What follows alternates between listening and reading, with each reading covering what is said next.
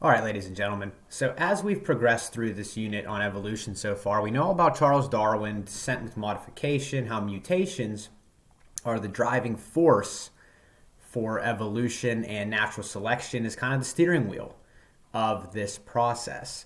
Now we're going to talk about some evidence that exists that we found among living things and fossils that show common ancestry, descent from a common ancestor.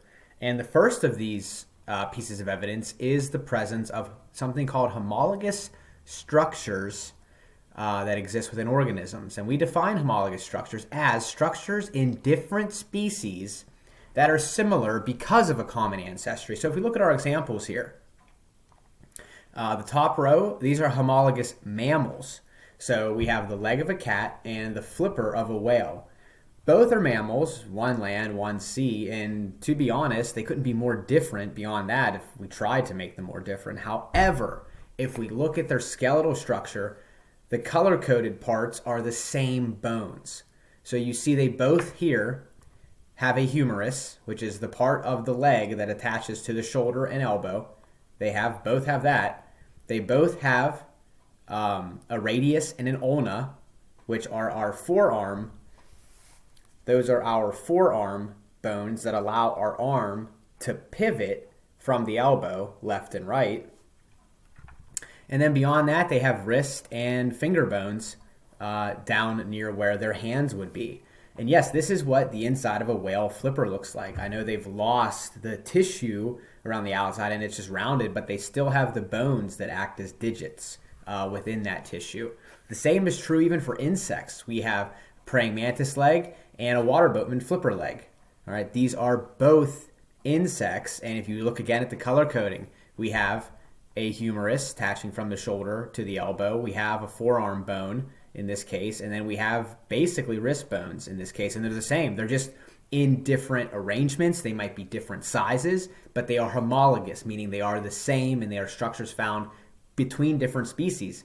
This suggests that there must have been a common ancestor somewhere in the distant past that somewhere when they were reproducing, mutations occurred that gave rise to these different lineages. And over time, more and more mutations took hold. And for instance, the cat diverged from the whale, divergent evolution. They became more and more different, but they retained some structures. Now, vestigial structures, on the other hand, vestigial structures are very different from homologous structures. Basically, they're like remnants of the past that we still have. They may have had an important role or function within a species, but no clear function today. And one of our that exists within humans, one of our vestigial structures that was probably important in digestion for ancient humans or other human species like Neanderthals, Homo hominidae, what have you, is the appendix, which we see pictured here. The appendix in Homo sapiens, us, serves no real purpose and can even actually cause our death if not medically treated when infected. It's called appendicitis. So these vestigial structures, they don't really serve much of a purpose anymore because they only served a purpose in our ancient ancestors. But we haven't evolved out of them because, well, we haven't needed to, right? They're not killing off the species. We're surviving just fine. I'm sure there are individuals today born without an appendix, and probably throughout time, throughout the generations of humans, we'll likely have humans, a large majority of the population, with no appendix, and maybe eventually no appendix at all in any humans. Another example of a vestigial structure not pictured here is we're going to go back to the whale. Whales have hip bones. That makes no sense, right? They don't have legs. They don't even have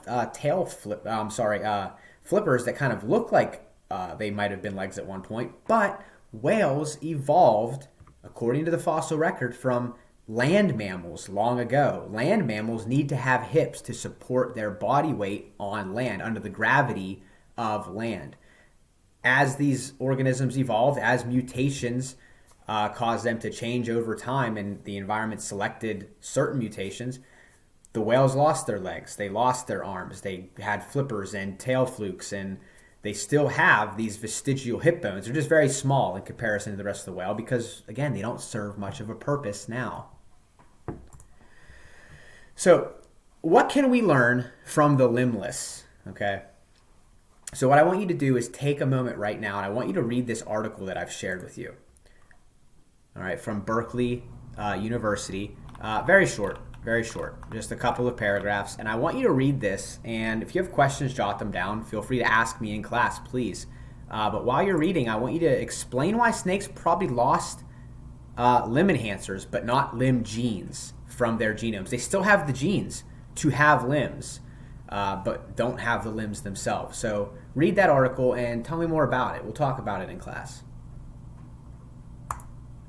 So the method of all changes in DNA is mutations. We have the first type of mutation, a somatic mutation, which occurs in the body cells.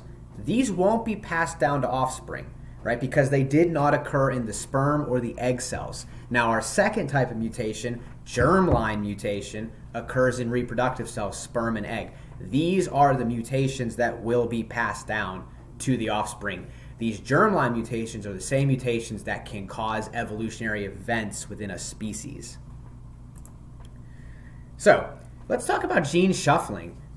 Gene shuffling can actually create new combinations which can be good, or can actually break up combinations that could have been bad.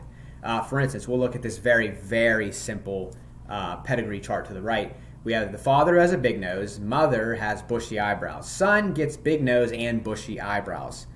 That, I guess, isn't great, right?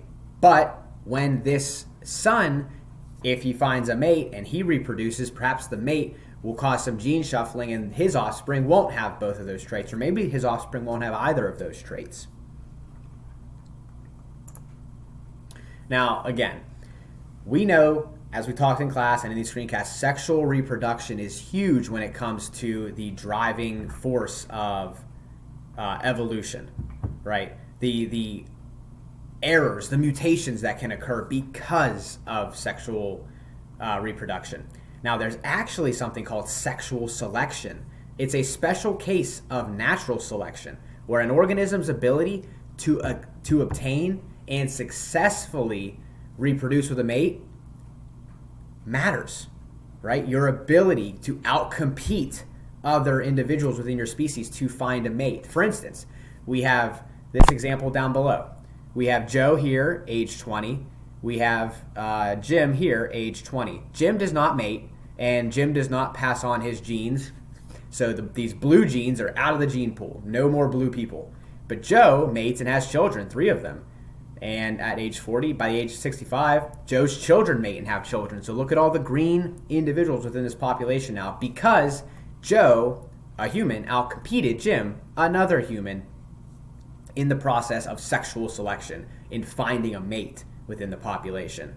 There are a lot of factors here, folks, that go into evolution, and I think you're starting to finally see that.